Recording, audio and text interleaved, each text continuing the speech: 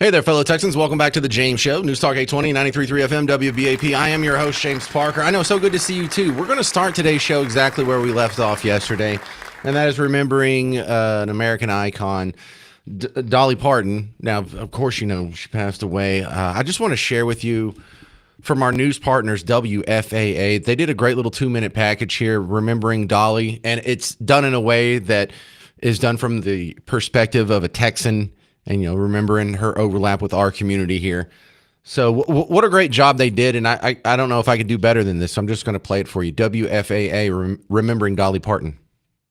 This was hard news to take this afternoon. Her music spanned generations, and she was loved almost universally, you could say. Country music superstar Dolly Parton has passed away. Here is a live look this afternoon from the Hollywood Walk of Fame where her star is located. You can see people gathered there, some people being interviewed. The people have been laying flowers there at her star all afternoon. Dolly Parton's death comes just months after she revealed she was battling some health challenges. ABC's George Pinocchio takes a look back at Dolly Parton's remarkable life.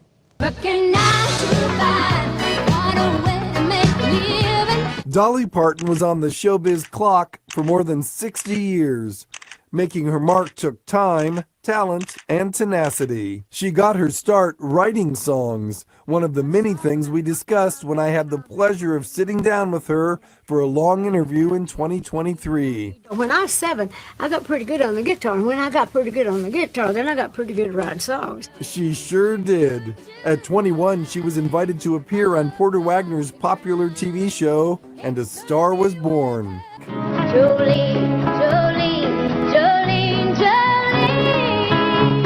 By then, Dolly was ready to set out on her own. She wrote Wagner a farewell song. It became a massive hit.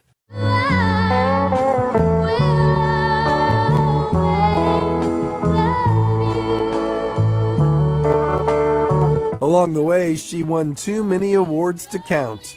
She told me that the one that made her proudest of all, the American Songwriters Hall of Fame. When I got put into the Country Music Songwriters Hall of Fame, that was a big deal. But then I got put into the big one, up there with the big guys, the biggest of all, the Gershwins and all that. She received an Oscar, the Jean Hersholt Humanitarian Award, and it was well-deserved. Among her many charitable ventures, a $1 million donation that helped develop the COVID vaccine, several $1 million for disaster relief after the Tennessee wildfires, and her imagination library, sending free books to small children around the world. As of today, more than 300 million books and counting. That was George Pinocchio bringing us that this afternoon. Dolly had plenty of ties here to North Texas as well, including a fairly recent appearance. You may remember when she performed at the Cowboys' big Thanksgiving halftime show back in 2023, dressed up just like the Cowboys cheerleaders. Still had it after all those years. All right, thank you. That was our news partner, WFAA. And then here's a clip that looks like it's from the early 90s, just maybe late 80s, based on the David Letterman's hairline. Dolly Parton did her own top 10 on the Letterman show. I'm guessing this is between 30 and 40 years ago. Top 10 Dolly Parton pet peeves. Yes, sir. And now, to assist us in the presentation of tonight's top 10 list, please welcome live from Dollywood, Dolly Parton, her own self. Dolly, there you go.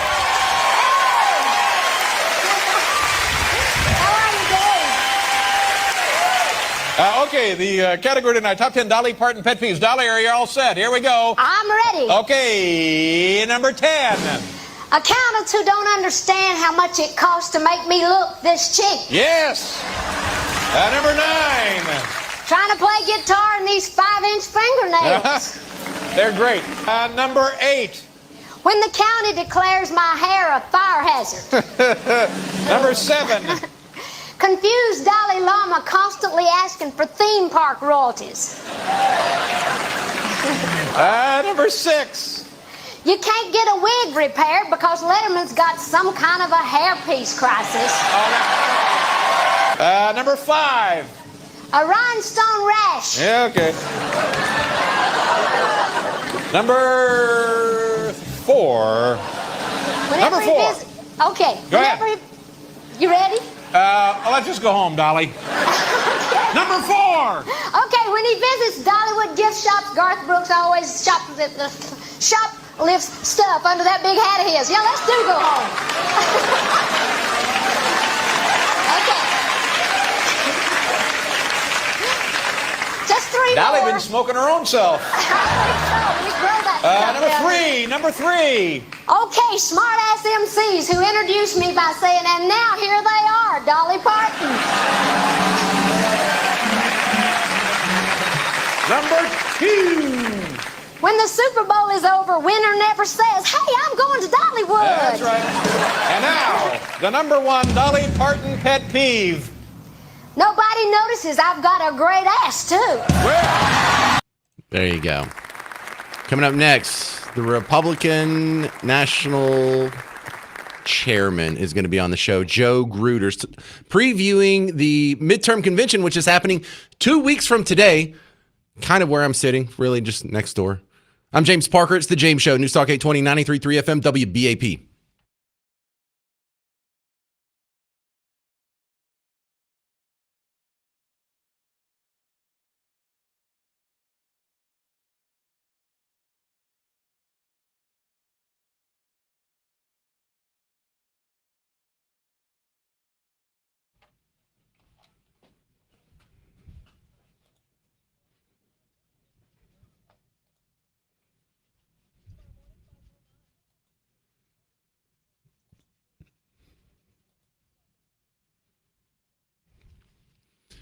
Hey, Texas homeowners, James Parker here for Blue Ribbon Roofing. Some of you may not have a typical roof, and we're wondering if Blue Ribbon can help you at all. So if you go to blueribbondfw.com, under the frequently asked questions, what roofing materials do you install? Looks like most of them. Asphalt, shingles, that's what I got on mine. But metal roofing, tile, TPO, modified bitumen, I don't even know what that is, but they do a lot. So if you don't have a regular roof, if you're not looking for a house, if you have a commercial, if you have an industrial roof, if you have something that's out of the ordinary, Blue Ribbon Roofing has been around for over 30 years. They've probably seen it. They can probably do it. But go ahead and get them to come out and check out your roof. It doesn't cost anything for the roof inspection. So if you're wondering if you need a new roof, if you need roof repairs, and if you have the type of roof Blue Ribbon can handle, that doesn't cost you anything. But it starts by you going to the website. Go to blueribbondfw.com.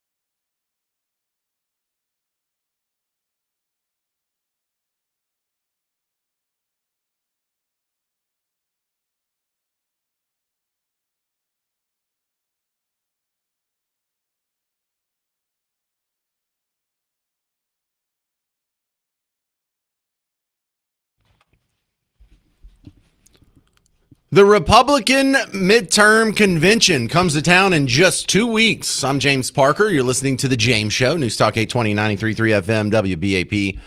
And my next guest is the guy that seems to be in charge of all of that, Joe Gruters. He is the Republican National Committee chairman, the national chairman on The James Show. Welcome, Joe. All right. So first question, before we get into anything too ugly, let's just start with the party. The guy listening to us right now, if he wants to go to the Republican midterm convention in 2 weeks, is it too late for him to get a ticket?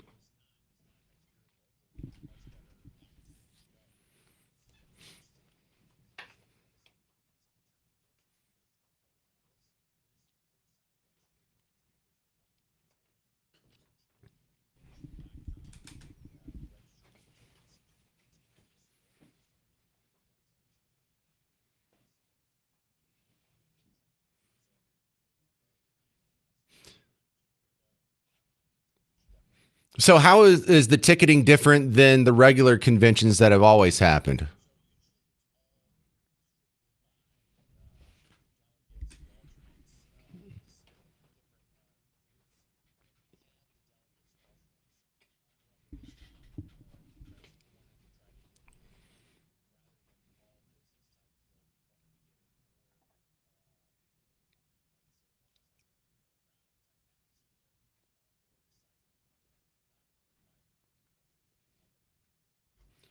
Yeah, we got that link last week. We shared it out on our socials, and I had a handful of people call in or write me in and say they're in, but there wasn't like much of a background check process or anything. Are we worried about security just handing out tickets willy-nilly?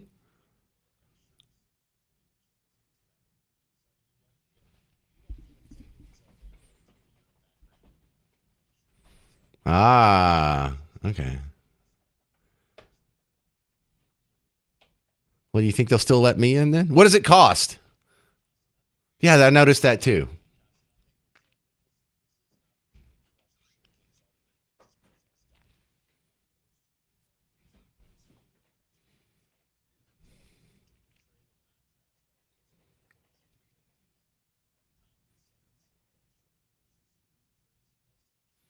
Okay, so for the people listening who have never been to anything like this, if they go to the convention, what's there for them besides seeing a few speeches? What can they partake in?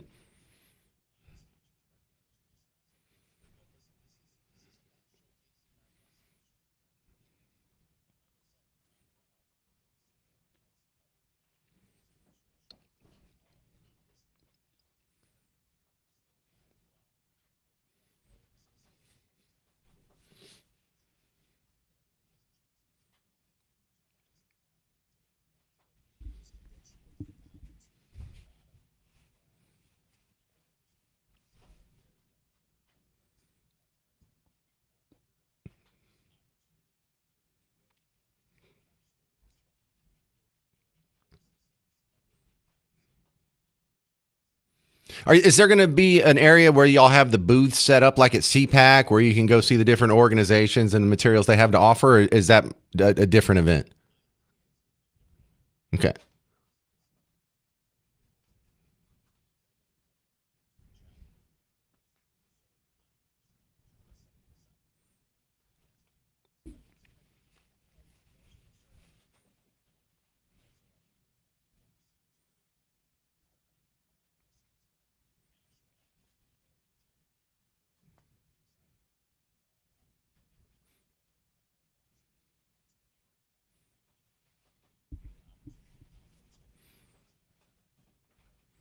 All right, we're talking with Joe Gruters, the RNC chairman, about the midterm convention coming to the American Airlines Center here in 2 weeks from today.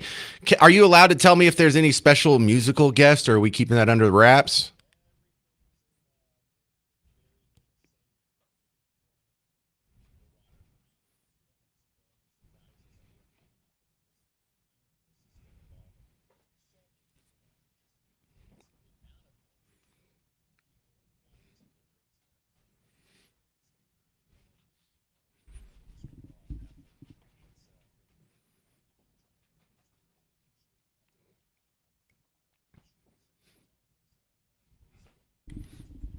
All right. Well, if you need to fill any time there, me and Good Garrett will do a duet. It'll be like a tribute to Dolly Parton or something.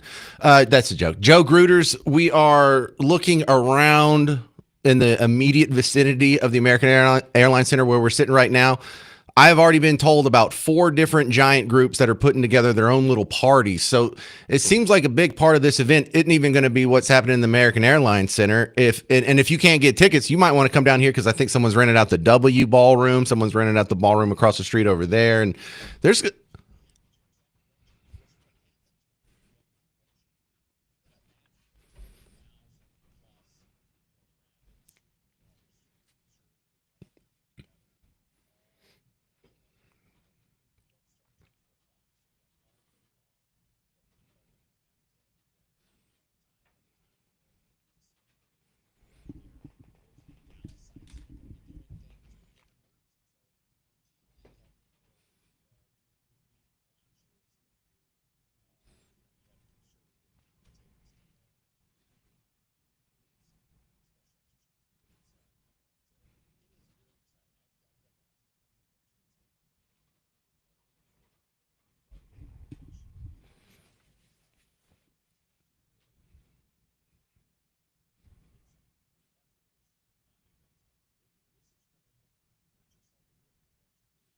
Well, this is going to be the biggest convention y'all have had of any type since 2016. Is that what I read? Yeah. All right, we're talking with Joe Gruters, the RNC chairman, about the midterm convention that's coming to town 2 weeks from today. Now, when we have big events like this, I kind of foresee that from here on out, we're going to have midterm conventions. Like this is just going to be the new, this isn't a one-off. This isn't just an experiment. This is going to be the new standard.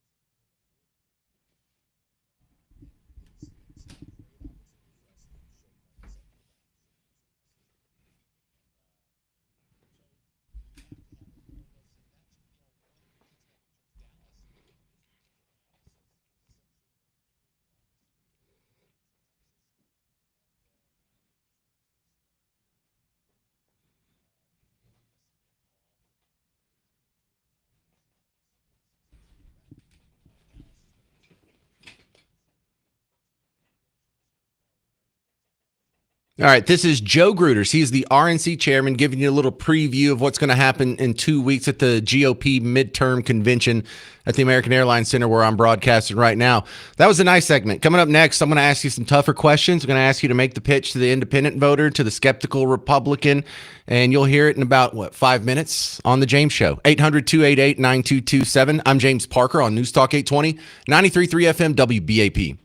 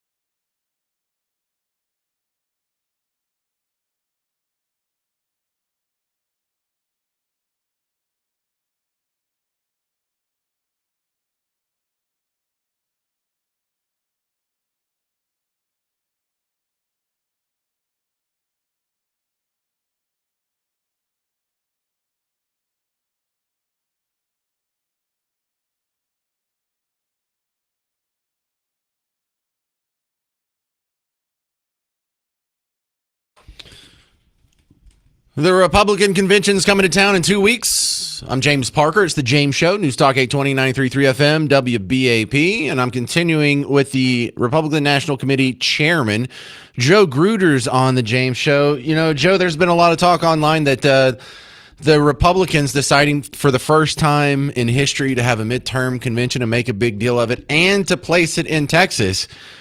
You must be worried about losing your Senate seat to Tallarico. Your response to that?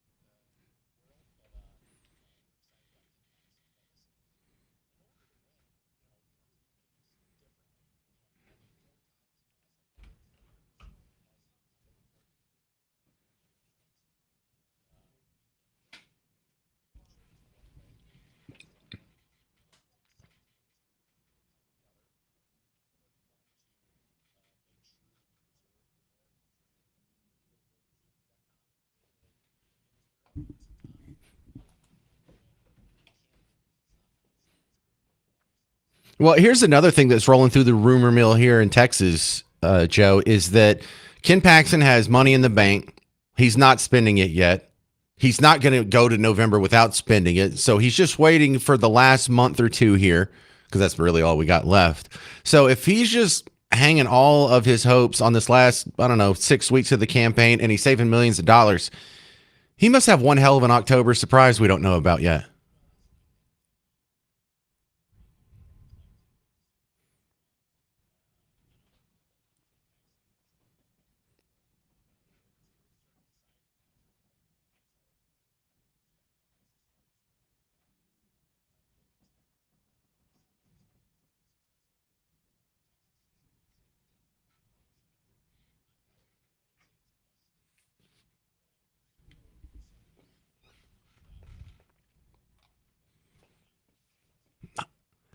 I've seen this before, and these October surprises, I don't know what it's going to be. Maybe they have a picture of James Tallarico punching a baby or something. But if it comes out, just remember I said that.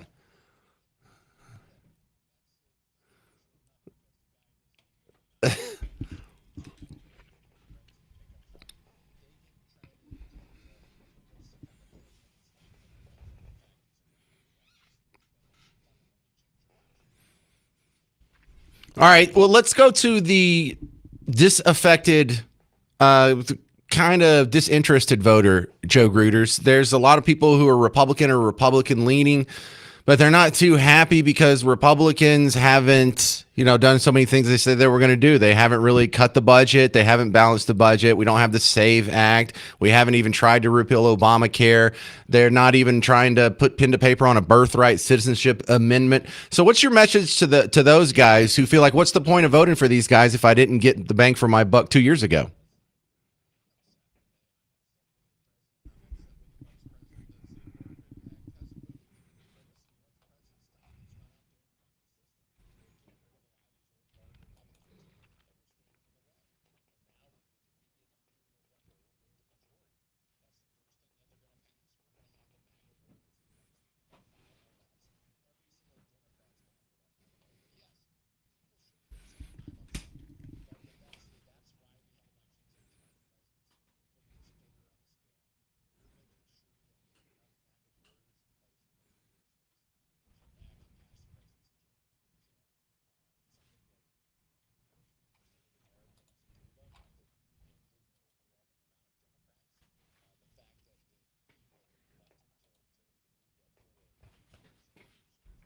All right. I'm not ignoring you here. I just got an email from some fella named Dan who wants to know how to get the tickets again. All right, that's it. Well, that'll have to do. We're out of time. Joe Gruder's RNC chairman. Thanks for stopping by the little old James show and giving us a preview of the midterm convention coming in 2 weeks. I guess I'll see you again. Yeah, come on back on anytime. All right, 800-288-9227, 800-288-9227. If you have any response to that, because I hear from you people who are saying, what's the point of voting for him again if we didn't get X, Y, Z? So these are all worthy complaints. We just can't solve them all on the James Show today.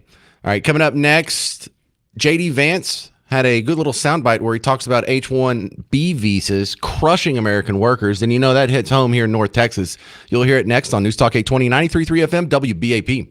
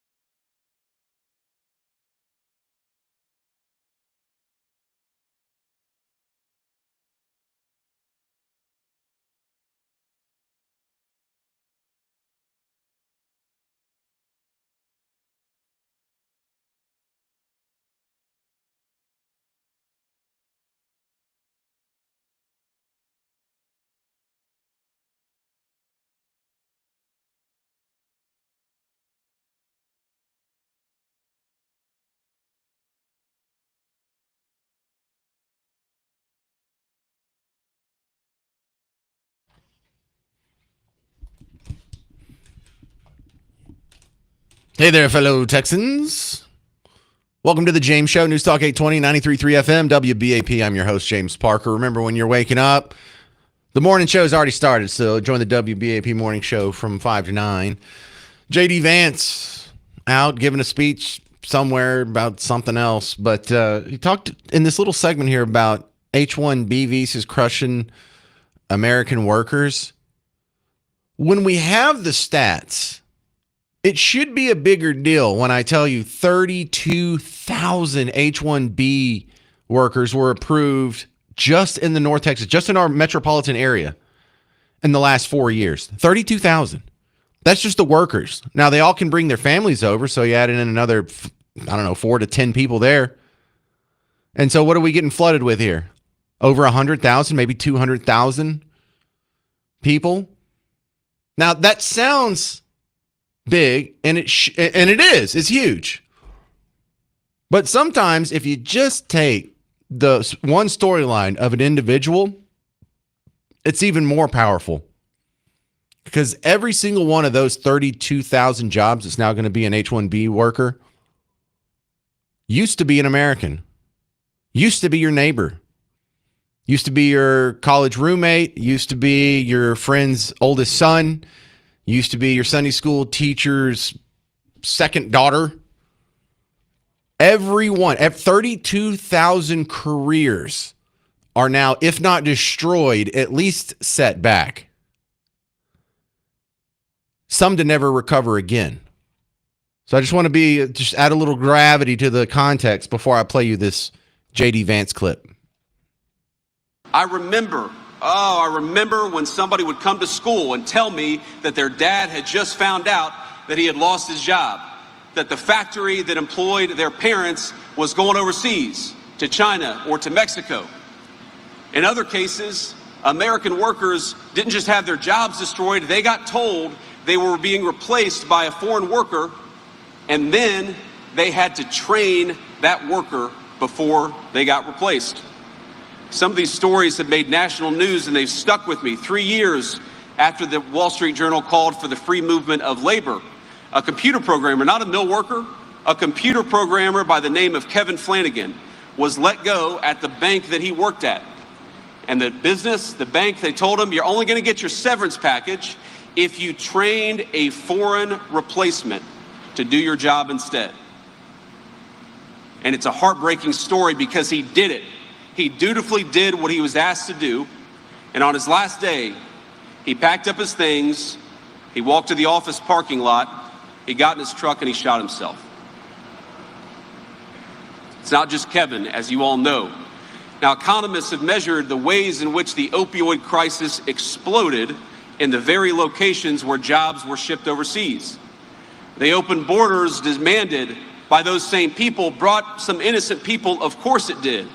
But we also know that it brought a lot of cartels, it brought the fentanyl trade, and it left us with millions of orphan children being raised by aggrieved grandparents. That was the story, of course, of my mama and papa. Now, the blood of these men and women, these so-called deaths of despair, I'm sure you've heard that phrase, but it's almost too abstract for me, because the blood of those people, in my view, it pools at the feet of those who would sell out their country for a cheap bottom line. The man killed himself. For those 32,000 H-1B visas that got approved for North Texas in the last 4 years, 32,000 Americans are not going to have that job. Some of them are being displaced. But it's not just those 32,000. You just heard about this one guy who had to train his replacement. He was being replaced by an H-1B immigrant, undercutting him, went out to his car and killed himself. But for thousands and thousands of moms and dads out there who are losing their job to this program completely unnecessarily, how many of them have kids who aren't going to go to college now? How many of them are going to have kids and now they can't help them buy a car, so now the kid has to work a part-time job to afford a car. Now the kid's going to get lower grades, and it's just going to set them back. I mean, how many people are affected by this in small ways all the way up to taking their own life? The H-1B visa system needs to end. We already have another visa system for people who are incredible geniuses that we couldn't possibly live without. And this is clearly being used to displace American workers for profit. And it's not always profit of the evil capitalist corporations acting all corporation-y. This is happening in Dallas ISD. This is happening in the Texas A&M college system. This is happening in all of our college systems. You can't tell me we can't find someone else to be a lunch lady at a middle school in Mesquite. You can't tell me we can't find someone else to be a teacher's assistant in College Station. This has to end. Every H-1B visa worker that displaces an American ruins an American life. And there's always been a push and pull going way back. Don't think this may be one of the few things I understand outside of radio and broadcasting. I went to college for computer science. I used to be a programmer. I don't know if I could do it anymore because I hadn't done it in 25 years, and I'm sure that's all passed me by. But when I first fell out of college, I moved here to North Texas because there was tech jobs everywhere. They were coming and recruiting us off of campus. They were even going to Bug Tussle Baptist University and recruiting people. So I came here and I got a job. I got laid off after about a year. And then I got another job and I got laid off after 6 months. Got another job, got laid off after a year. So in 2.5 years, I got laid off 3 times from tech jobs. Every single one of them was an outsource. I, myself, in my early 20s, lost 3 jobs. Now they're just bringing them over here to replace you. So I know what's going on. Hell, I might not be in radio today. I might probably be making more money if I could have stayed on the course I was on. But if we don't have politicians who are asking to end this, why would we vote for them? And this is what's so ugly about the political situation we have today. Because what do you want? I don't know what you want, but are you close to me? I would like a balanced budget. Neither party cares about balancing the budget. I would like to end the H-1B visa program. Neither party's really talking about that. Neither party's talking about getting rid of Obamacare. Neither party's talking about photo ID. Neither party's talking about birthright citizenship. I understand why a third of the country never votes. You got nothing to vote for. 800-288-9227. 800-288-9227. All right. Coming up next on the James Show, a quick update on the Carmelo Anthony situation. This won't take long. There is an update. And then I have great news from the founder of Buc-ee's. I'm James Parker. It's the James Show. News Talk 820, 93.3 FM, WBAP.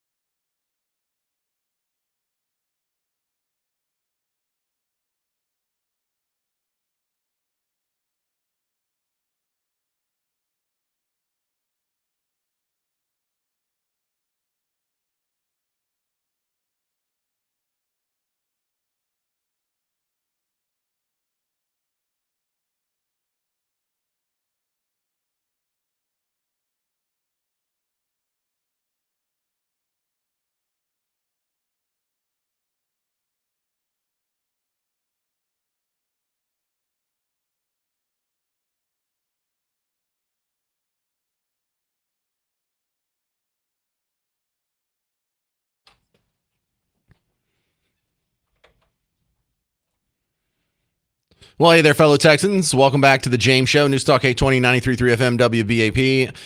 I am your host, James Parker. I know, good to see you too. Terrible update here. This is in reaction to the Carmelo Anthony situation. Look, we already did the thing last week where he tried to get a new trial. That didn't happen. They're going forward with the appeals process here. But the reaction from the dad is just heartbreaking here. And I give anyone who's lost a child all the latitude and grace I can possibly muster. I have 4 kids. I had one of my kids get sick once. He was in the hospital. And there's a little switch that flips in your head when you look at the doctor and you ask him, just as serious as you can be, you can say, is my son going to be okay? And if the doctor looks back at you and he says, I don't know, that's a traumatic experience. Just the thought that I might lose my son, dude, it's like getting punched in the face by Mike Tyson.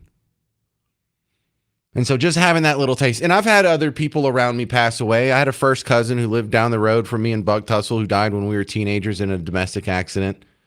I thought he would be someone I grew up with. I thought he'd be in my wedding, I'd be in his wedding, and our kids would play together. No, we just lost him. So while I haven't lost a child, I can only imagine it's even worse than the pain I've already felt. And so imagine if you're the dad of the guy that got killed by Carmelo Anthony and you've got to watch all of this news coverage about your son and the guy who murdered him. So with that, here's a just heart-tearing reaction from the dad and a great report from our news partners, WFAA. For the first time since a judge denied the appeal of Carmelo Anthony, we're hearing from the father of Austin Metcalf about new details released in court. Gut-wrenching. Jeff Metcalf says he didn't know all the accusations about his son's behavior. In court, lawyers say Austin Metcalf previously got in trouble for graffitiing KKK, kill all black people, used the N-word, and bullied a black student. The stuff that came out, I'm not proud of my boys for doing that. They got punished at home for that behavior. I don't condone it. It's not what I believe. Jeff Metcalf, who has faced criticism for his own racist comments, said at an event for the foundation he started in Austin's name that he doesn't want people to judge his son only on a snippet of his life. I would ask these people, did you know my son personally? The appeal also contained new revelations about Carmelo Anthony, including that he threatened an ex-girlfriend and texted repeatedly about violence, including writing, "When I stab somebody, I'm going to lick their blood off the blade." In a new statement to ABC News, Anthony's attorney says his legal defense is not intended to diminish Austin Metcalf's life or his family's grief. Legitimate questions about racial fairness, equal treatment, public access, judicial impartiality, and the constitutional process cannot be dismissed as merely bringing race into the case. These new details from court were kept secret as part of a deal the lawyers made before the trial, which Jeff Metcalf says he didn't know about. Do I wish it would have come out? From both sides, you wish all the information come out. Look, when you got 20 pages versus 75, and then these words versus these words. He says if a jury knew, he thinks they would have doubled Anthony's sentence. In Frisco, I'm Cole Sullivan.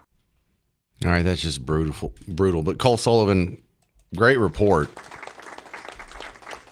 I wish we did that a little bit more often. You know, I always say when we have some of these other stories, why does this Carmelo Anthony case get so much attention? Why does the community raise so much money for Carmelo Anthony? But in these other stories, no big deal.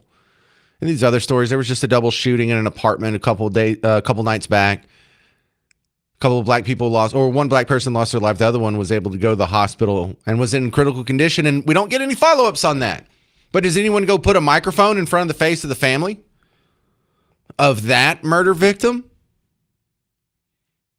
Does anyone go put a microphone in front of the face of the victims that don't fit the narrative? Did you hear from the parents of Irina Zarutska, the Ukrainian 23-year-old lady that was stabbed to death on the train in Charlotte? You even know their name? You ever heard from them? You ever seen their face? Why is that? Why don't you hear about that? 800-288-9227. Granted, It's a rhetorical question. You know damn well why you don't hear about it. It doesn't fit the narrative. And doing that would upend the narrative. You know, if they treated black on black crimes just as much fervor as they treated these interracial tragedies, it would be quite apparent to all of America, black and white, that the most dangerous thing in America for your black neighbors isn't white rural rage. It's not even in the top 10 priorities. It's probably not even in the top 100 priorities. And that's the real shame. All this lying, all this bias, it doesn't even help the community that they think they're trying to protect, or they act like they're trying to protect. All right, coming up next on the James Show, some of this, is this real? Target had to apologize and pull a Halloween costume that was criticized as racist. And guess what? It's not really racist. I'll explain next on the James Show. News Talk 820, 93.3 FM, WBAP.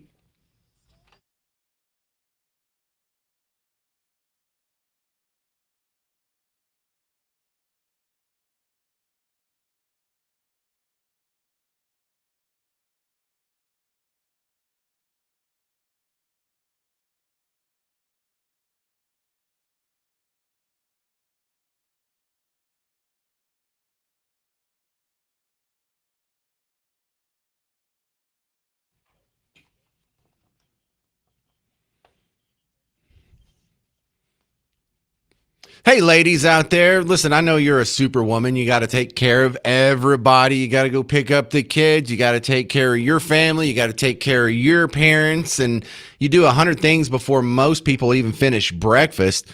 But if you have to do all this with a nagging pain, that makes it so much harder. And it doesn't have to be like that.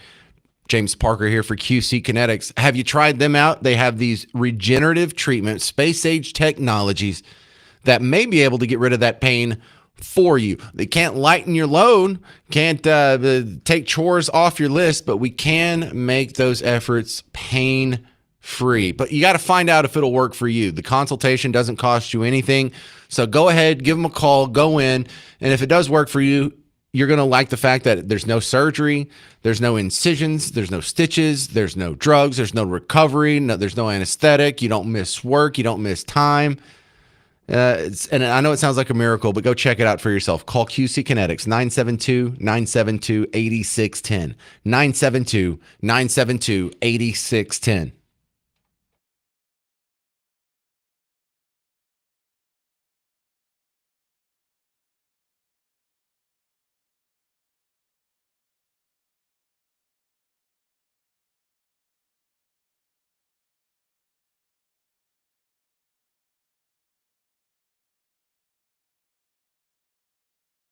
Target is pulling children's Halloween costumes after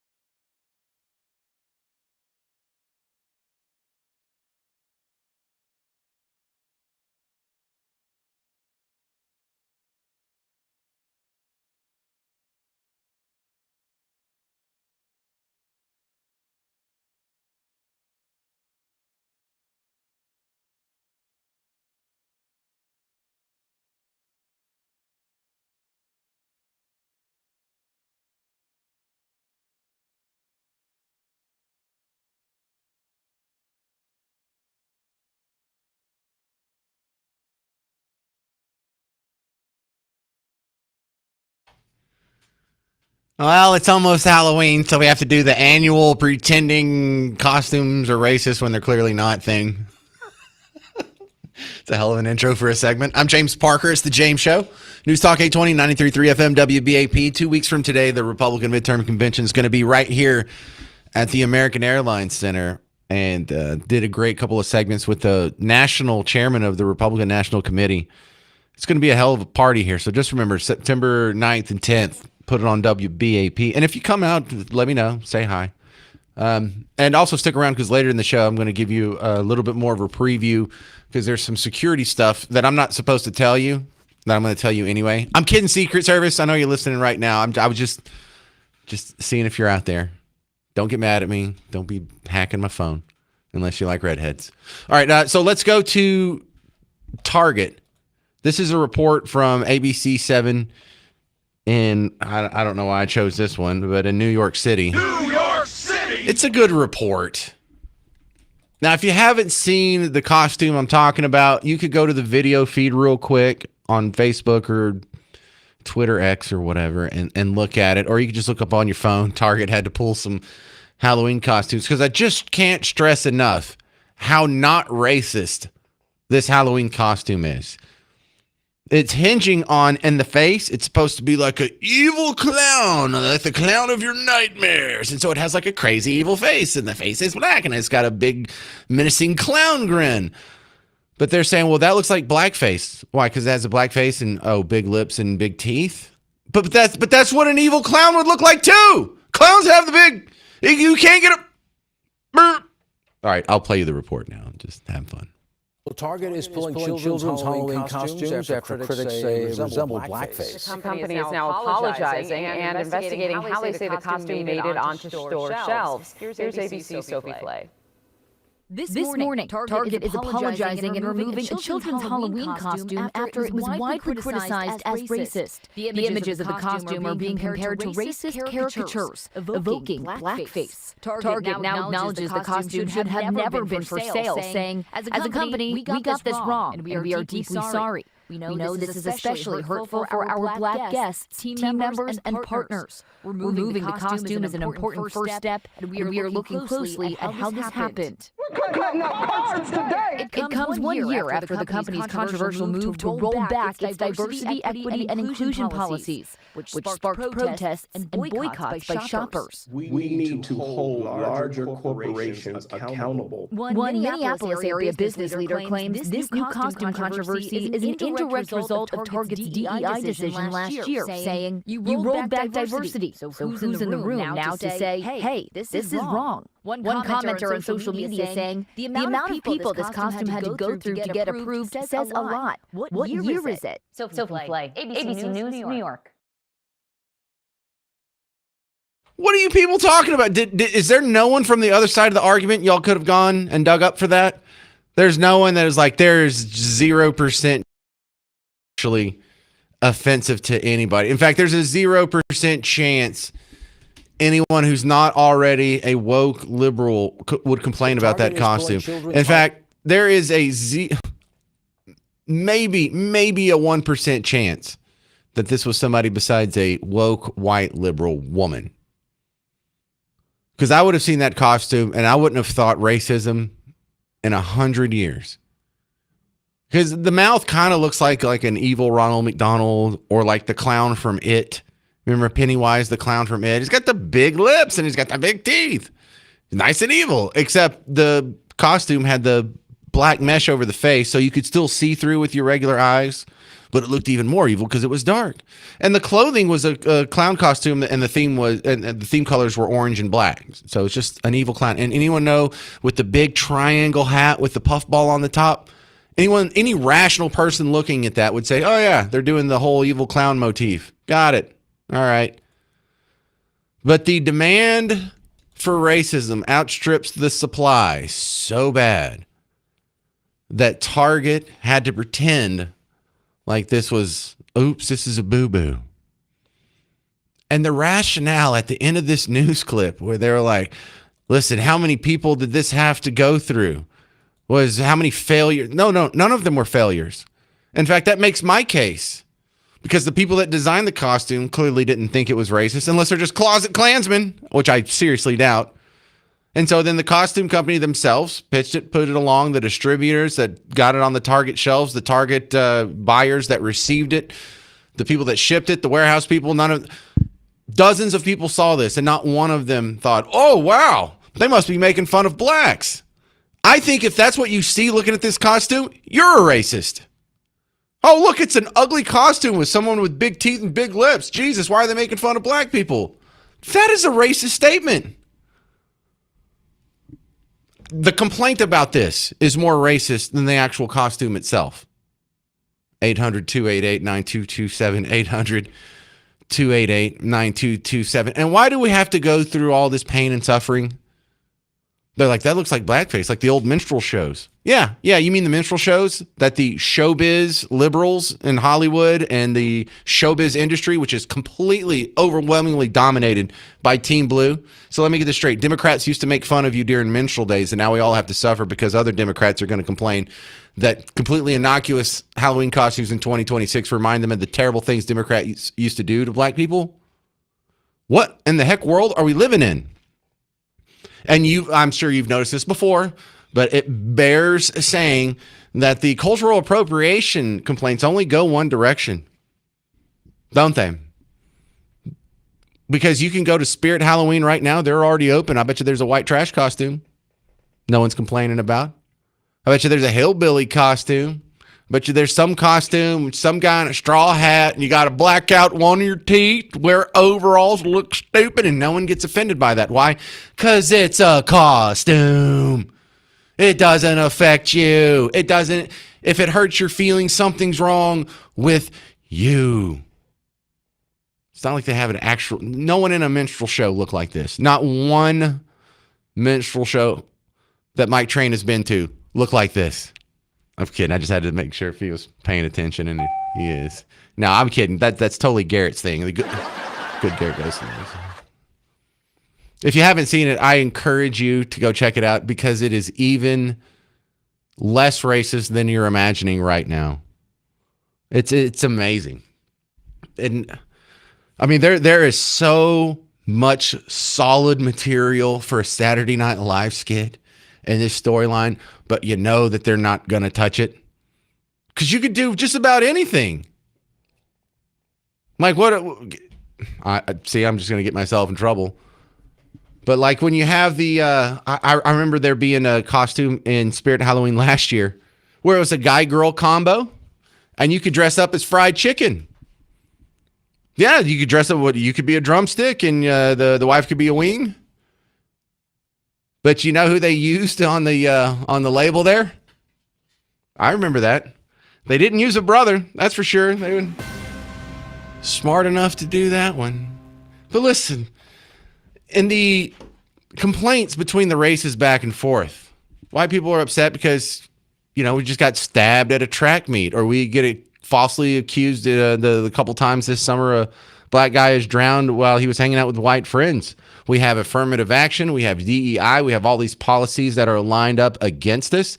We don't have any scholarship programs for us, but everyone else under the sun gets one. We don't get a parade. We don't get a month. We don't get a day. We don't get a flag. We don't get anything. But on the other side, what's your complaint? Well, some Halloween costumes could be interpreted, if you just extremely misinterpret what the costume is racist. That is so pathetic. Andrew in Fort Worth, you're on News Talk 820, 93.3 FM WBAP. I just wanted to make a point that the kid in the costume on the pictures I'm seeing for this Target costume, he's a black kid. So what are we doing here, It's kind of weird. I mean, you can't, I guess you can kind of tell because for those of you who can't see, that there's a cloth over his face, and it's a sheer cloth that you can barely see through, and I guess that's a black kid. It might just, I don't know. But you saw the costume. Do you think it's racist? No, it's kind of ugly. Not really. I know, right? Thank you very much, Andrew. And this is like the people that are making fun of the WNBA right now. It's like they don't want to have a gender test because there's going to be, look at these players, they're going to be outed as men. And then it shows like 4 of the players from the WNBA, and I don't know their names. But I'm like, that is so. You're just making fun of them because they're ugly. They're not dudes. They're just manly looking. They just have a big jaw. They just kind of look like me. They have a big old forehead, a big old jaw. Now you're just making fun of ugly people. 800-288-9227. 800-288-9227. I'll give you some of the reactions to the costume coming up next on The James Show. News Talk 820, 93.3 FM, WBAP.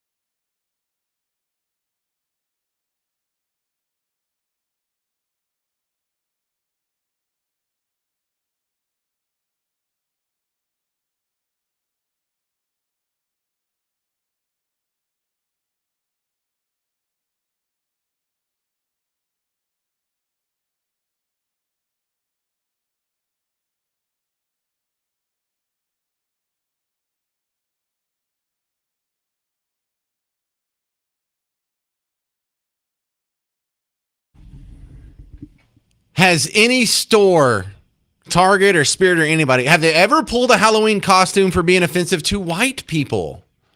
I'm James Parker. It's The James Show. News Talk 820, 93.3 FM WBAP. Well, you know the answer to that's no. I haven't even Googled it. So if I'm wrong, please call in and correct me, and I will happily offer you an excited retraction here, but I can't remember any time. If you're just joining us, Target had to pull a Halloween costume because people were complaining that it was racist, and most people couldn't see the racism in the costume. It is such a pathetic stretch, an absolutely pathetic stretch. But they make the point. I'm going to replay the news. It's only a minute for the new people. But they make the point that this went through several hands and no one flagged it or saw anything wrong with it. Yeah, because there is nothing wrong with it. If we are going to let the final assessment of the Halloween costumes go to the lowest common denominator of any woke grievance out there, then almost no costume could survive that. However, they do admit that this was an accident. Target and the costume maker, well, I don't know how this got through. It's a lapse in judgment. We'll make sure this never happens again. We shall double our efforts. But if a costume has never been pulled for being offensive to white people, you mean there hasn't been one accident? There hasn't been one oversight with all the hands that this go through and these clearly racist and thoughtless people? Not one? Well, that's not believable, is it? So you know what this is. This is them inventing a pretend grievance because grievances are their currency. Target is pulling children's Halloween costumes after critics say it resembled blackface. The company is now apologizing and investigating how they say the costume made it onto store shelves. Here's ABC's Sophie Flay. Oh, I know how it made it on store shelves. A little thing called trucks is what I'm guessing. That's how they... Target is apologizing and removing a children's Halloween costume after it was widely criticized as racist. The images of the costume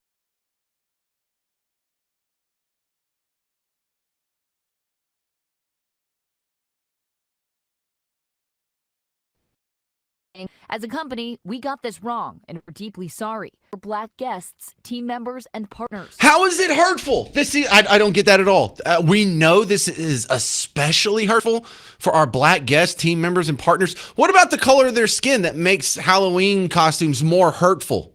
Racism more hurtful to them? They're not zoo animals. Can you treat them like you treat everyone else? What is going on?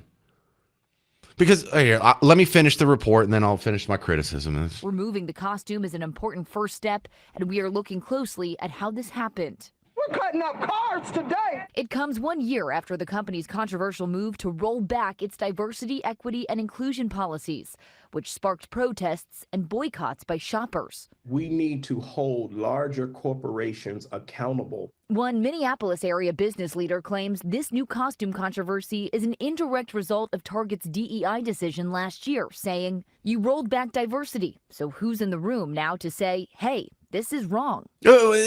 Rolling back diversity programs and not selling diversity shirts doesn't mean, well, this is all a 100% monolithic block of evil straight white Christian males. What is this fantasy oppression? They think they're living in sort of this racial handmaid's tale, and it's just totally invented out of whole cloth. And is there no adult in the room to go, no, that's not racist. You just need to move on. Hang on, let me finish. One commenter on social media saying, the amount of people this costume had to go through to get approved says a lot. What year is it? Sophie Flay, ABC News, New York. Hey, Sophie Flay, you didn't go get any social media comments from random people on the other side going, this clearly isn't racist?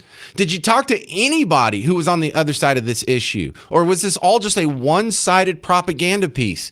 Because if you were a real journalist and you were really trying to get behind the story of this costume, it was accused of being racist. Is it racist? I don't know. Let's go ask the company that made the costume. Let's go ask the employee, the designer, employed by the company that actually drew out the costume. Let's go look at the team that approved it. Let's go look at the packaging people and ask them, what was your intent when you made this costume? Did you intend this to be a racial slight or a stereotype of some sort? And you know the answer is going to be no. I meant for it to look like a scary clown from your clown nightmares. It has an evil grin, and that's all. And then they could have said, oh, okay. And then they turned back to the people that were complaining that said, hey, we think this is a racist costume. And then Target could go, well, you can think that, but you're wrong. Here's what it really is. It's just a scary looking clown. That's it.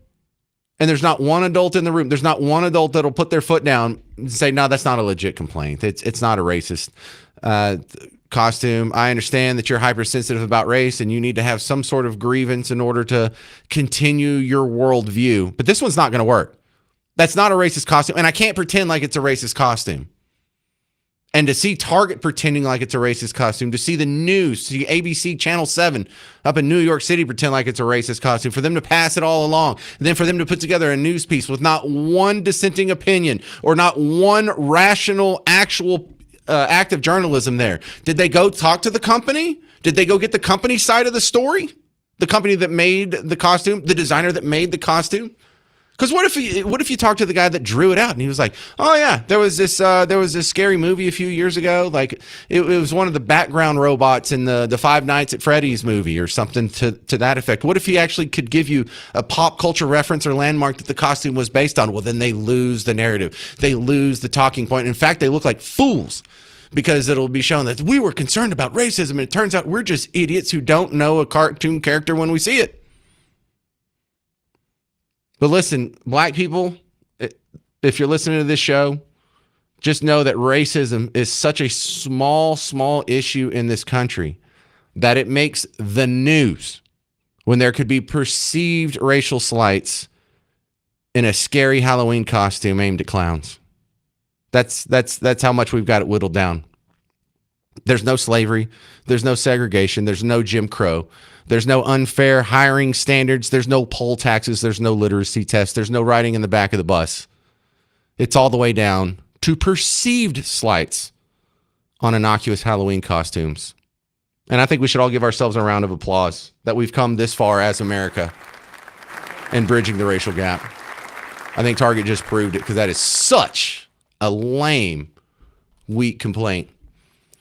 Coming up next, terrible idea coming out of California. They want to make little shacks for homeless to whip their mules.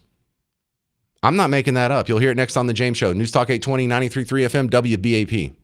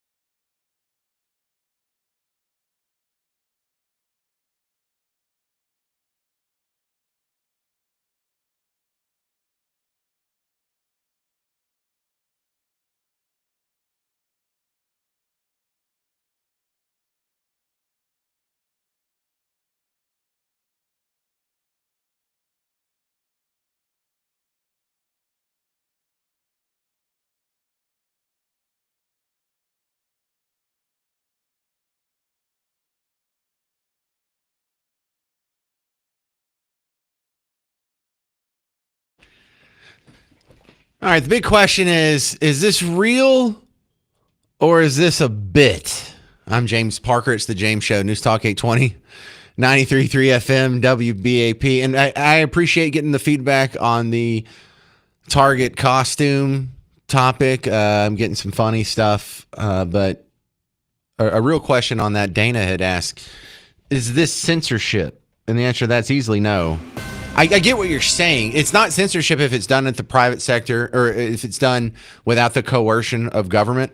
It's not censorship when the general public, your customers, are complaining. Now, even if it's just a small, scant 5% of your customers that are offended by that and you decide to pull it, that makes it not censorship. It's just a business move. It's a PR move.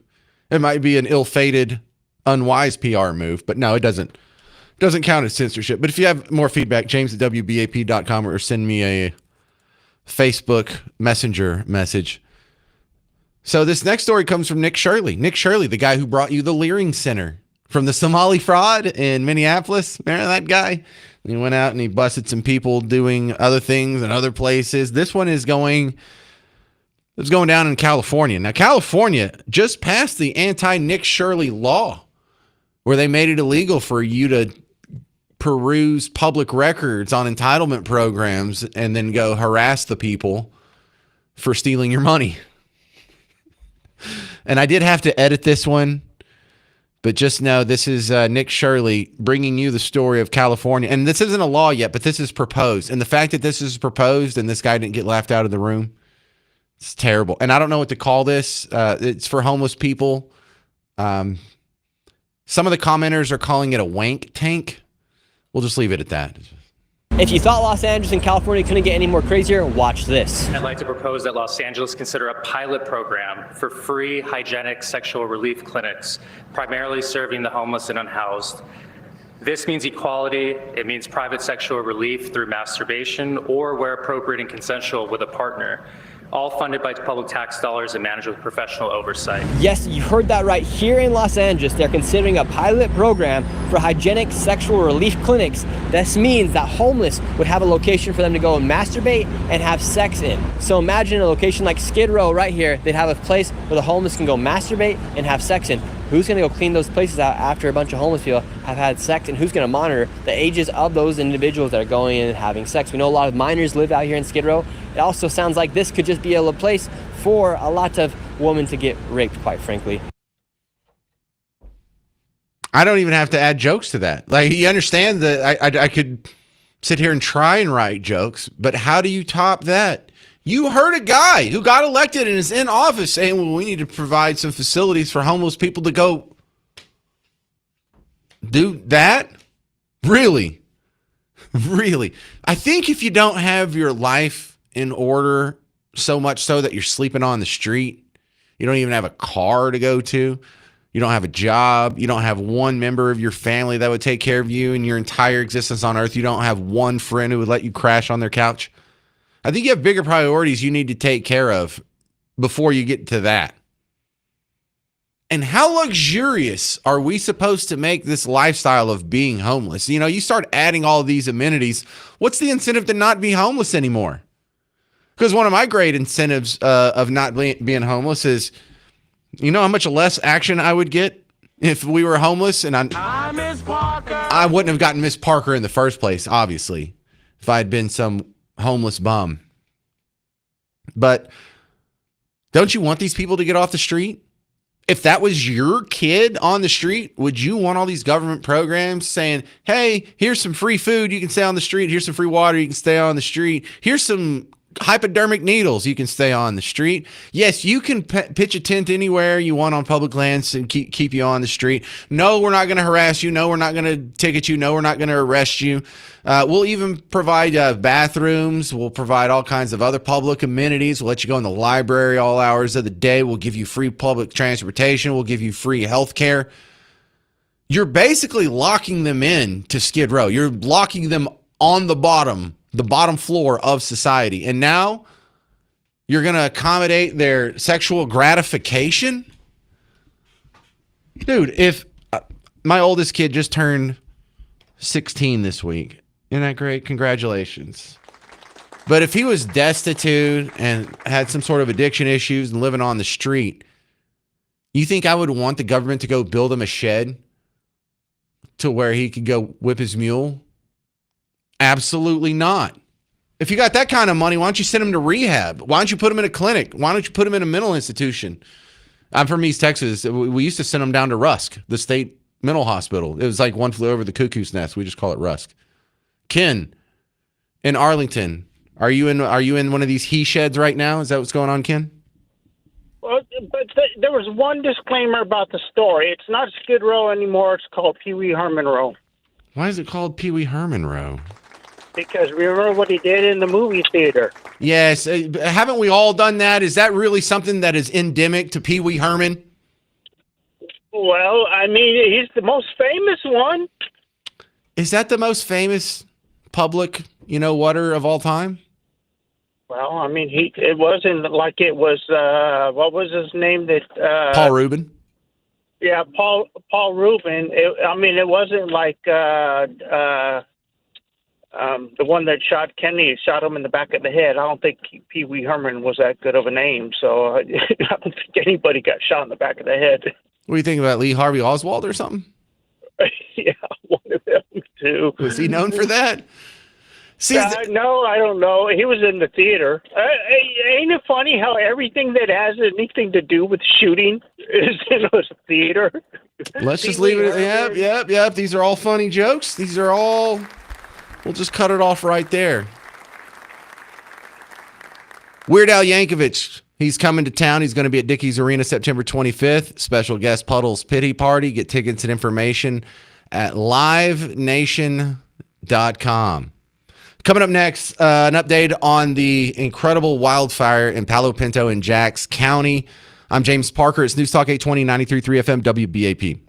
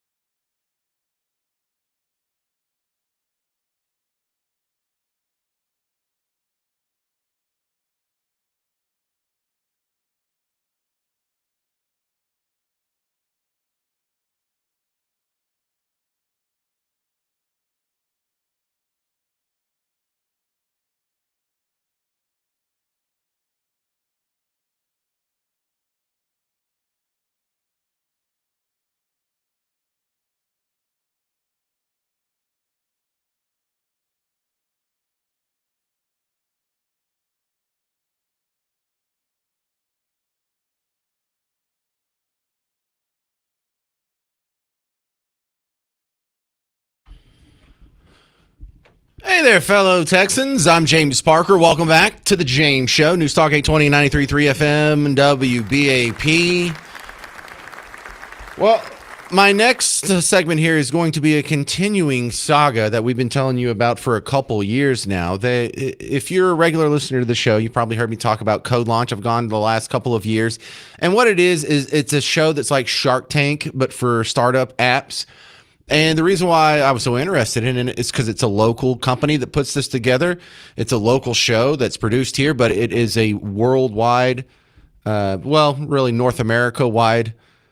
No, I guess there were some South America people in that too. Well, okay, let's go back to worldwide. It's a worldwide open contest, and it's actually evolved to this year where instead of just doing a live show and streaming it after the fact, they actually produced what's like a TV show with several episodes in it, and it's been running for a while now, but the finale is tonight. And the finale is something that I really thought this is what TV would be like 20 years ago.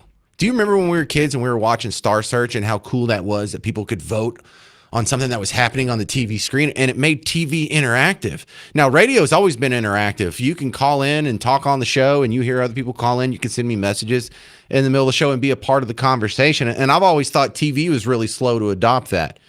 And so now that we have this sort of mishmash of technologies, the internet, the social media, and the old TV format, what's happening tonight is what I think a lot of people are going to be copying in the future. And to help me out with that, Jason Taylor's coming back on from Code Launch. Or actually, what's the this new show called? The official title for it? I don't want to get it wrong. Yeah, Next Founder Up. All right, so pretend the person listening knows nothing about it. Why does he need to watch the finale tonight?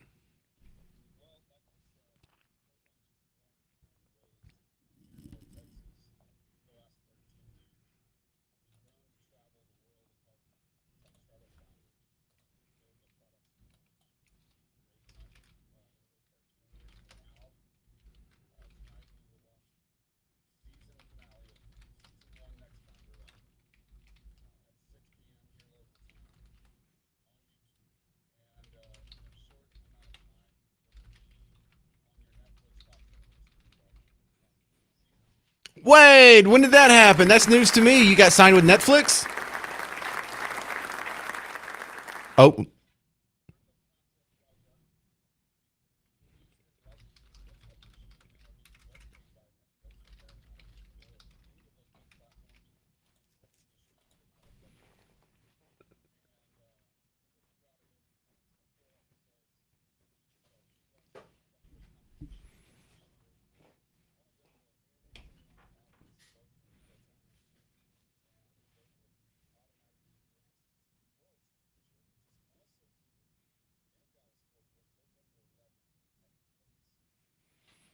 Well, Jason, the person listening right now, if he watches Next Founder Up tonight, we say it's interactive. How does he participate?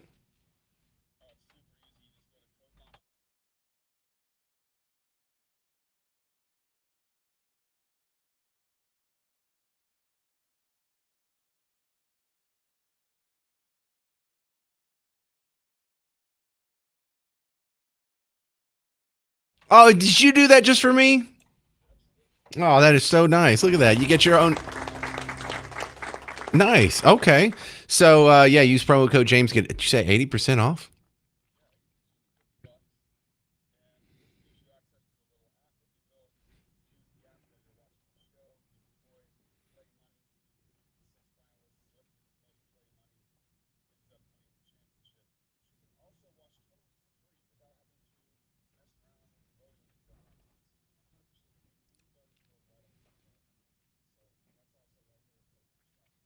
And what's coming up in November?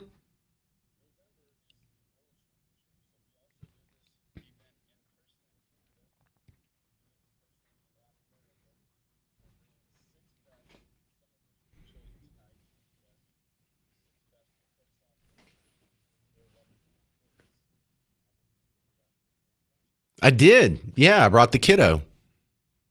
All right, so Jason Taylor, the the show that's going to happen tonight was actually part of it. Most of it was filmed at a studio that I didn't even know existed off the tollway up here. Where on earth did you find this place?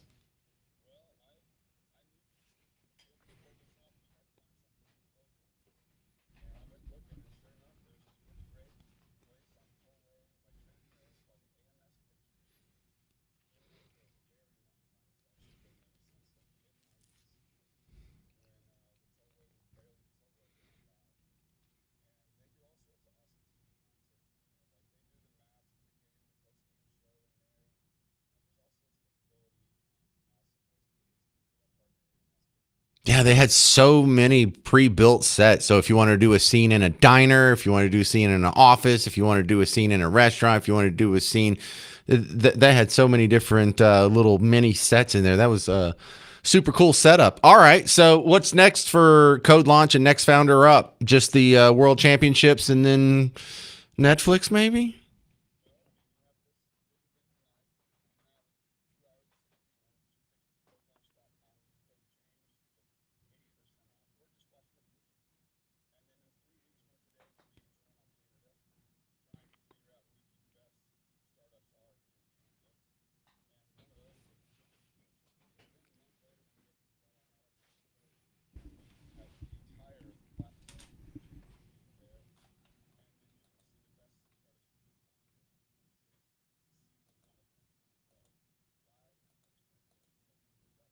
So if somebody pays in, what do they get for their money? The people that do the promo code.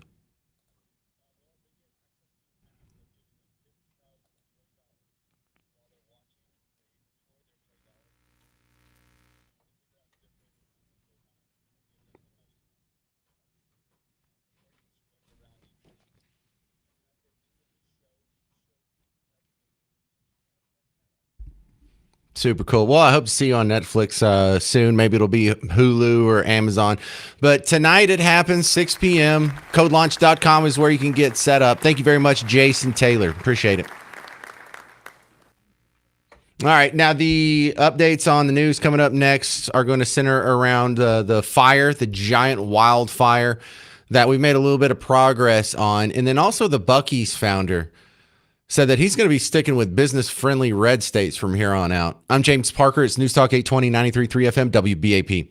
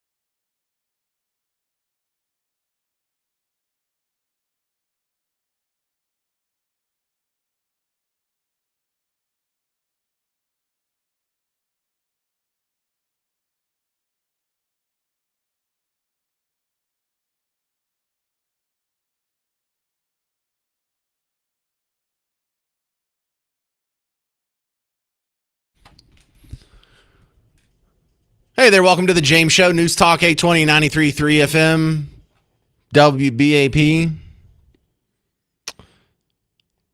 So, real quick, I'm going to get you updated on the wildfire situation that's happening just west of town. But I just learned, I'm a big Buc-ee's fan. Did you know the founder of Buc-ee's, his first name, well, his nickname is Beaver?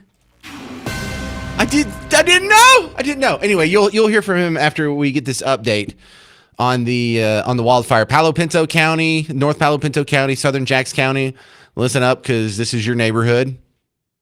We have breaking news this morning on the Ross wildfire burning in Palo Pinto County. In the last 5 minutes, we've learned that it has exploded to 80,000 acres burning and only 12% contained.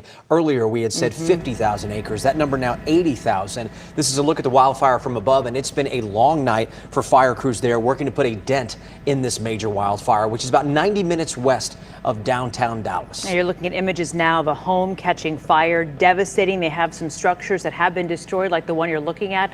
Meteorologist Greg Field says our fire threat remains high today. We're going to check with him in just a bit on the conditions. Yeah, so it's huge, but at this time yesterday it was 50,000, and it had just started the night before. So the growth has definitely slowed down tremendously, and they said it was about 12% contained, and that was this morning. So I imagine here we are about 6 hours later. Hopefully they made a little bit of progress on that.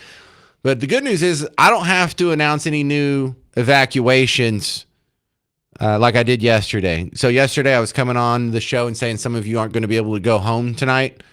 I don't have to tell any new people about that today. But the downside on the update from yesterday is I did see some houses burning. I saw 3 different ones, and one of them was really nice. Had like the upstairs balcony porch that wrapped around. Oh, do we have to lose a house that is that awesome?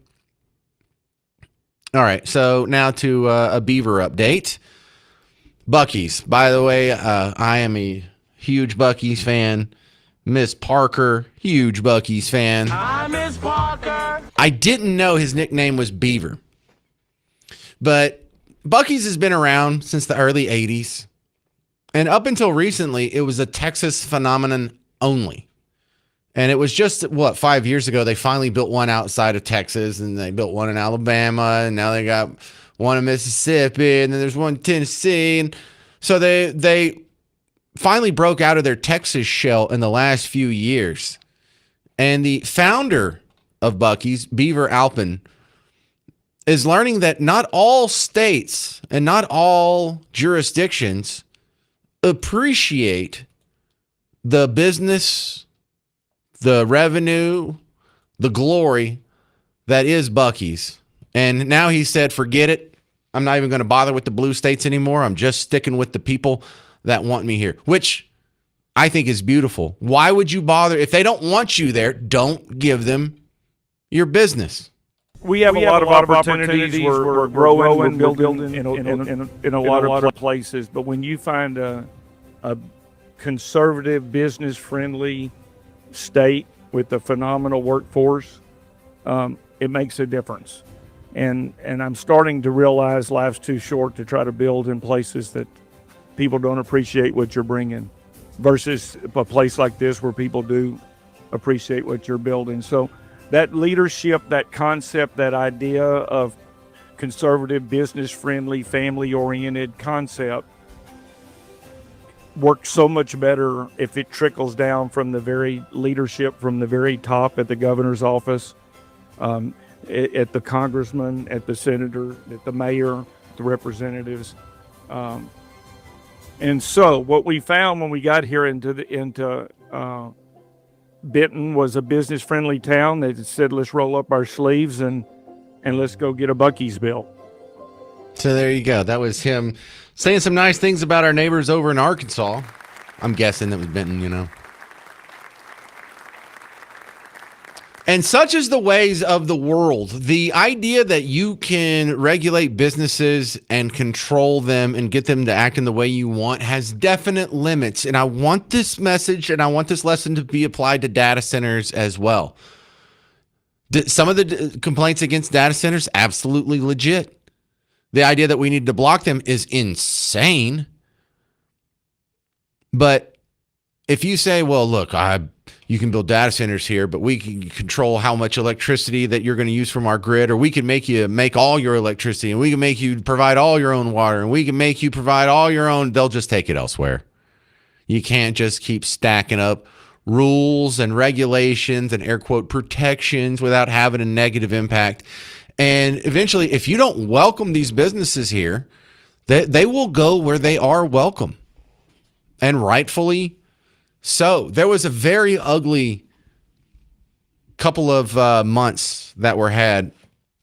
No, I was born and raised in Texas, was here for the first 29 years of my life, but success in radio made me had to go to other markets. Luckily, I was able to come back. For a while. I was in New Orleans, and that's where I was when Donald Trump got elected in 2016. I was working at a station just like this. We had Glenn Beck, Rush Limbaugh, Sean Hannity in the middle of the day.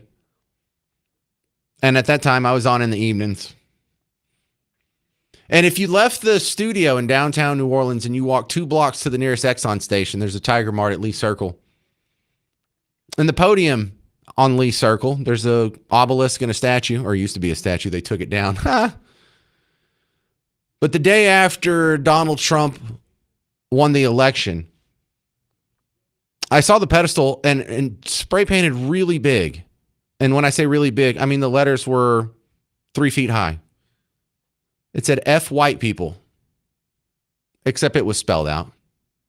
If you walked around to the other side of the pedestal, it said die whites, die. Didn't make the news.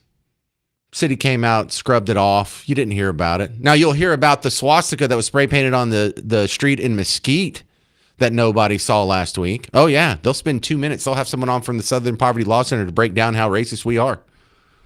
But I remember thinking, die whites, die. I'm white. I'm not sure I feel very welcome here.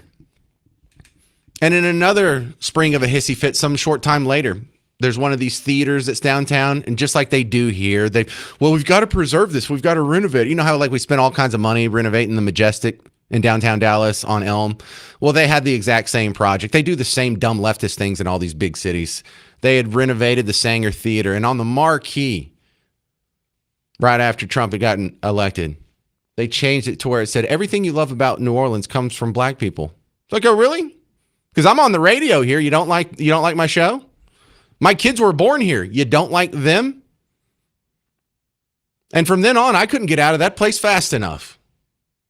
And it doesn't have to be that overt. It doesn't have to be that mean. It doesn't have to be die whites, die, or any of that stuff. But these things add up, and I know exactly what he's talking about. And the reason why we are doing so good is because we're not ticking off people like Beaver Alpin. Oh my God, that's his name, huh? I'm James Parker. It's The James Show. News Talk 820, 93.3 FM, WBAP. Hey, Texas homeowners, James Parker here for Rhino Shield. Listen, when it's 11,000 degrees outside, if you have Rhino Shield on your home, you are saving money. You are saving comfort. Your house is all sealed up. You're blocking 80% of UV rays. And on top of that, listen, if you're worried about some sort of problem you have in the facade of your house, you're like, I need to make some minor repairs. Here's a little secret of the pros. If you were going to use stupid old paint, you would make the repairs on the side of your house, and then you'd have to come paint the house. And so you'd be out thousands of bucks for the repairs, thousands of bucks for the paint. If you get Rhino Shield, they have to seal up your house perfectly.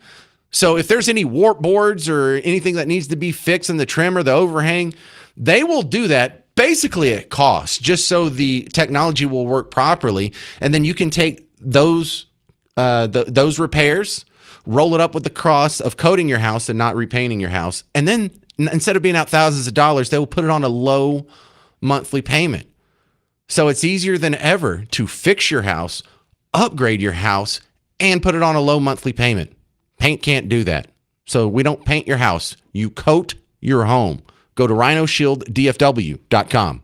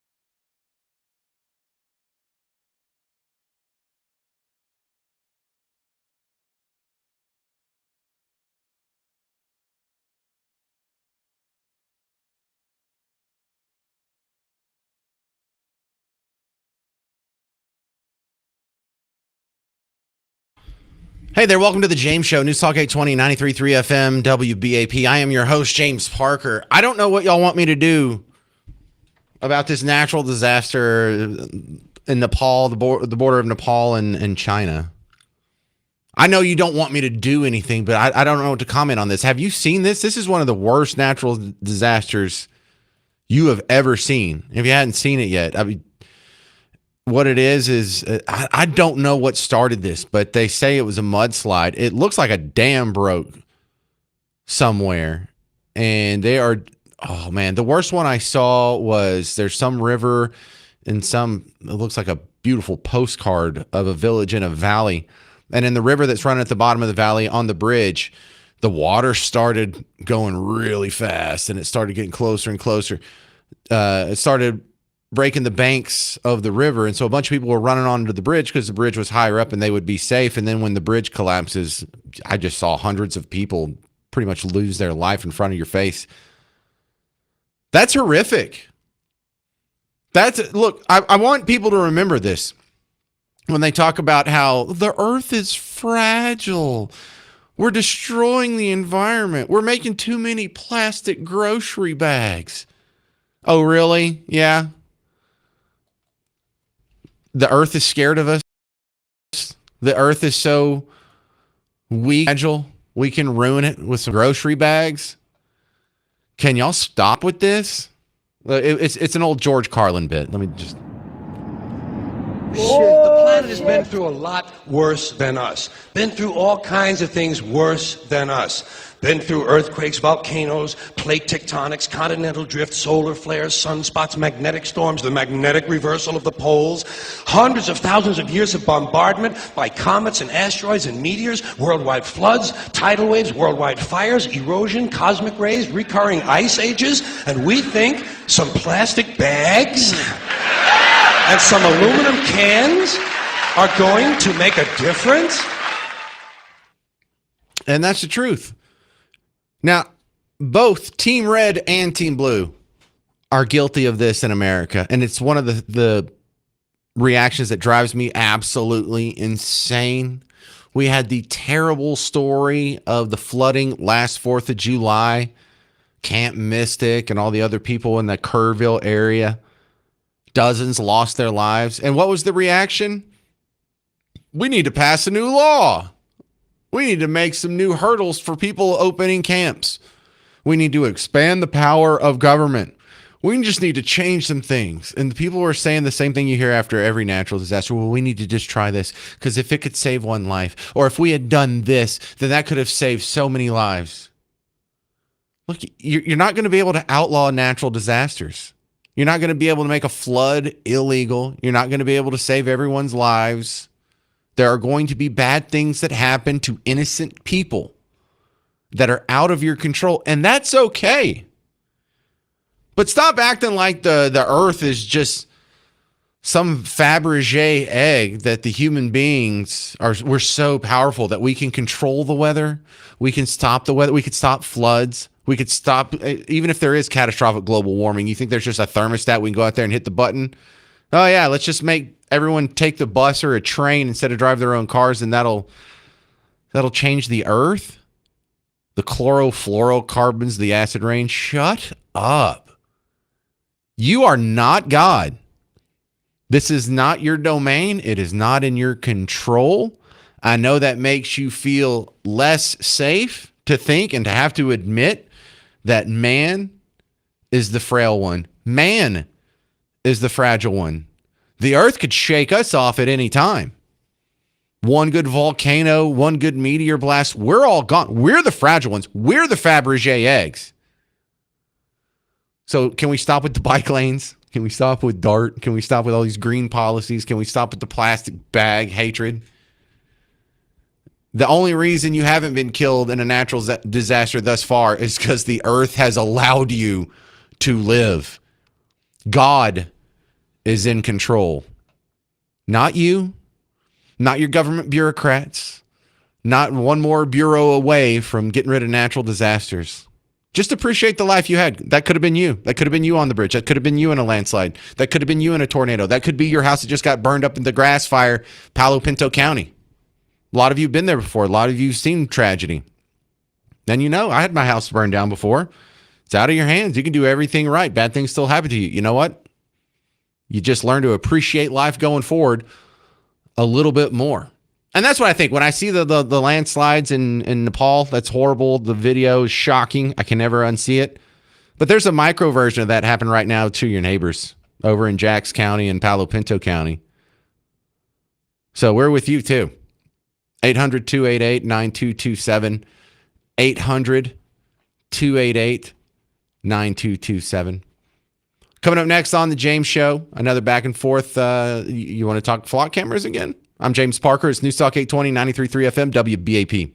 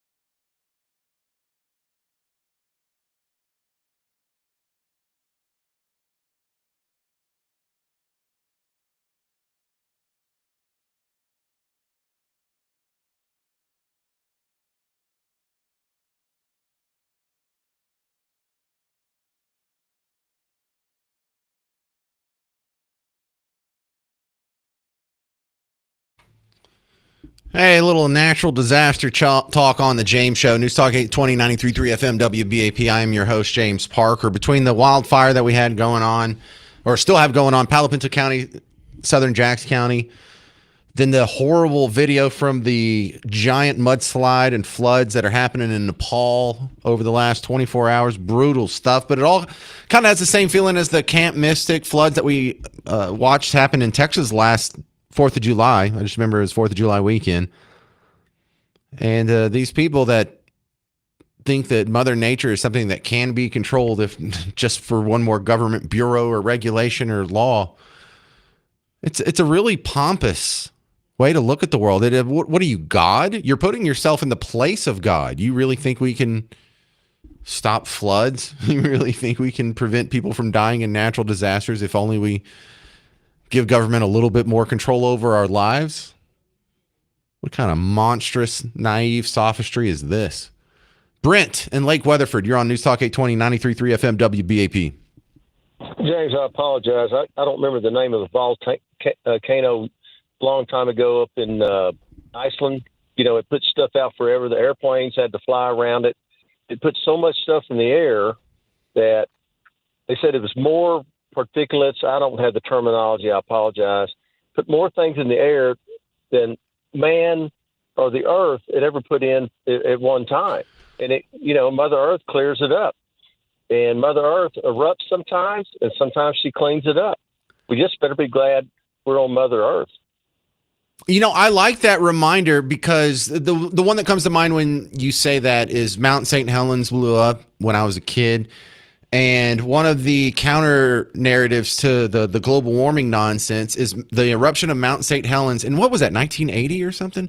It put more CO2 into the atmosphere than all man-made sources combined going back to the beginning of the Industrial Revolution. So I think the one in Iceland was more prolific than that because it spewed for so long, and it altered flights from there. I remember that. I remember that.